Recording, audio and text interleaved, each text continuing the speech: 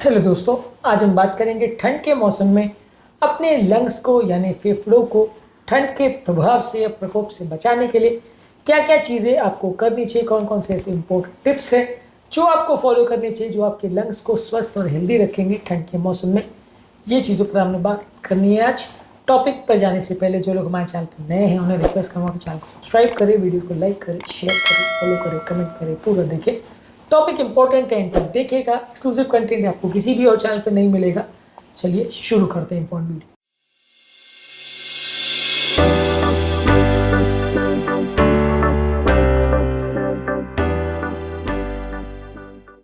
सबसे पहले ठंड से खुद का बचाव करिए। जब भी आप ठंड में अगर बाहर निकले तो मुंह पर स्कार्फ या मास्क कवर करिए जो कि आपके मुंह और नाक को क्लोज करे, जिससे आपके मुंह में ठंडी हवा ना जाए जो कि आपके लंग्स को थोड़ा अफेक्ट कर सकती है। कोशिश करिए कि जब भी आप सांस लें नाक से सांस लीजिए, क्योंकि नाकों में जो नेचुरल ह्यूमिडिफायर सिस्टम होता है वो आपकी सांस को गर्म भी रखता है, ह्यूमिडिफाइड भी रखता है, तो लंग्स तक ठंडी हवा नहीं पहुंच पाती जिसके नेगेटिव इफेक्ट हो सकते हैं। इसके अलावा ज़्यादातर कोशिश करिए कि बहुत ज़्यादा आउटडोर एक्टिविटीज़ मत करिए, खासकर बहुत ज़्यादा स्ट्रेनुअस या मेहनत वाली एक्टिविटीज़ बाहर मत करिए जो कि आपके लंग्स को इरिटेट कर सकते हैं, आपकी हेल्थ को बिगाड़ सकते हैं। तो आउटडोर एक्टिविटीज़ बहुत ज़्यादा अग्रेसिव और स्ट्रेनुअस मत रखिए। इसके अलावा कोशिश करिए कि घर के अंदर की एयर की क्वालिटी भी बेटर होनी चाहिए। घर में प्रॉपर ह्यूमिडिफायर होना चाहिए या एयर प्यूरीफायर होना चाहिए। वातावरण में थोड़ा धुआं या पोल्यूशन भी ज़्यादा होता है, पॉलन ग्रेन्स भी ज़्यादा होते हैं जो कि एलर्जी भी ट्रिगर कर सकते हैं।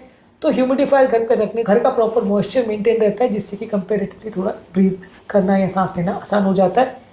बीच बीच में अगर ठंड का वातावरण ठीक हो या बीच में थोड़ी धूप निकल रही है तो घर को थोड़ा विंडोज़ को ओपन भी करिए, इससे कंपेरेटिवली थोड़ा इंडोर एयर पोल्यूशन कम होगा।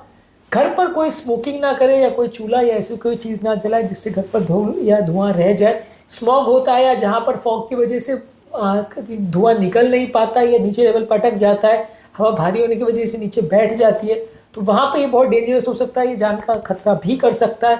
कई बार ठंड के वातावरण में लोग अंगीठी वगैरह जलाते हैं, उसमें कार्बन मोनोऑक्साइड पॉइजनिंग की वजह से लोग की जान भी चली जाती है। तो इसको अवॉइड करिए, कोई भी चीज़ घर में जलाइए मत। फायर भी अगर आप जला रहे तो प्रॉपर एग्जॉस्ट होना चाहिए तभी जलाइए, नहीं तो नहीं।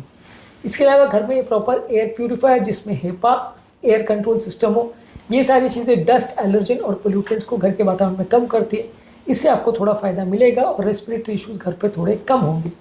इसके अलावा रेस्पिरेटरी इन्फेक्शन ठंड के टाइम ज़्यादा होते हैं, तो पहले से फ्लू और निमोनिया के लिए वैक्सीनेशन करा के रखिए। ठंड के मौसम होने से पहले खुद के हाथों की और बॉडी की और चेहरे की हाइजीन का प्रॉपर ध्यान रखिए ताकि कंपेरेटिवली इन्फेक्शन होने का चांस कम रहे। और यदि आपके आसपास कोई ऐसा व्यक्ति है जो बीमार है या जिसको इन्फेक्शन है तो उसके एक्सपोजर से खुद को बचाइए, नहीं तो इन्फेक्शन आपको फैलने का खतरा रहेगा। एक्टिव रहने की जरूरत है, बैठे बैठे का जीवन मत व्यतीत करिए, नहीं तो इन्फेक्शन या प्रॉब्लम होने का चांस ज़्यादा रहेगा।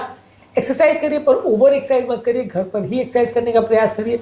वॉकिंग, योगा, स्ट्रेंथ ट्रेनिंग या ट्रेडमिल एक्सरसाइज घर पर आप अगर अवेलेबल है तो कर सकते हैं। इसके अलावा कोशिश करिए कि ठंड पर जब आप भी एक्सरसाइज करने जाएं तो वार्मिंग अप और कूल डाउन एक्सरसाइज करिए, शरीर को धीरे धीरे करके वार्म करके फिर एक्सरसाइज करिए, नहीं तो आपके लंग्स में ठंडी हवा जो जाती है वो आपको नुकसान पहुंचा सकती है। तो पहले वार्मिंग अप करें फिर एक्सरसाइज चालू करें और अपनी एक्टिविटी को इस हिसाब से मैनेज करें कि बहुत ज़्यादा ओवर एग्जर्शन नहीं हो और आपके लंग्स पे और आपके ऑक्सीजन कंट्रोल सिस्टम पर बहुत ज़्यादा ओवर स्ट्रेनिंग नहीं हो, क्योंकि सांस की बीमारी वाले पेशेंट्स के लिए ठंड के टाइम में थोड़ा मुश्किल हो सकता है।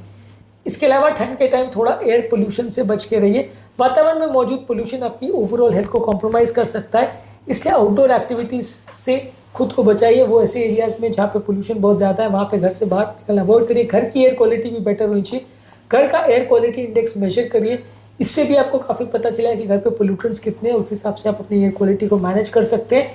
बेटर एयर क्वालिटी वाले एरिया में रहें, अगर फीजेबल है तो ज़्यादा अच्छा है।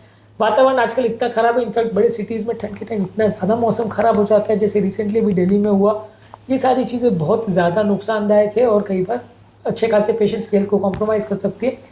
इसलिए जहाँ तक पॉसिबल हो एयर की क्वालिटी अच्छी रहे तो ज़्यादा अच्छा है, जितना आपके कंट्रोल में हो उतना करने का प्रयास करिए।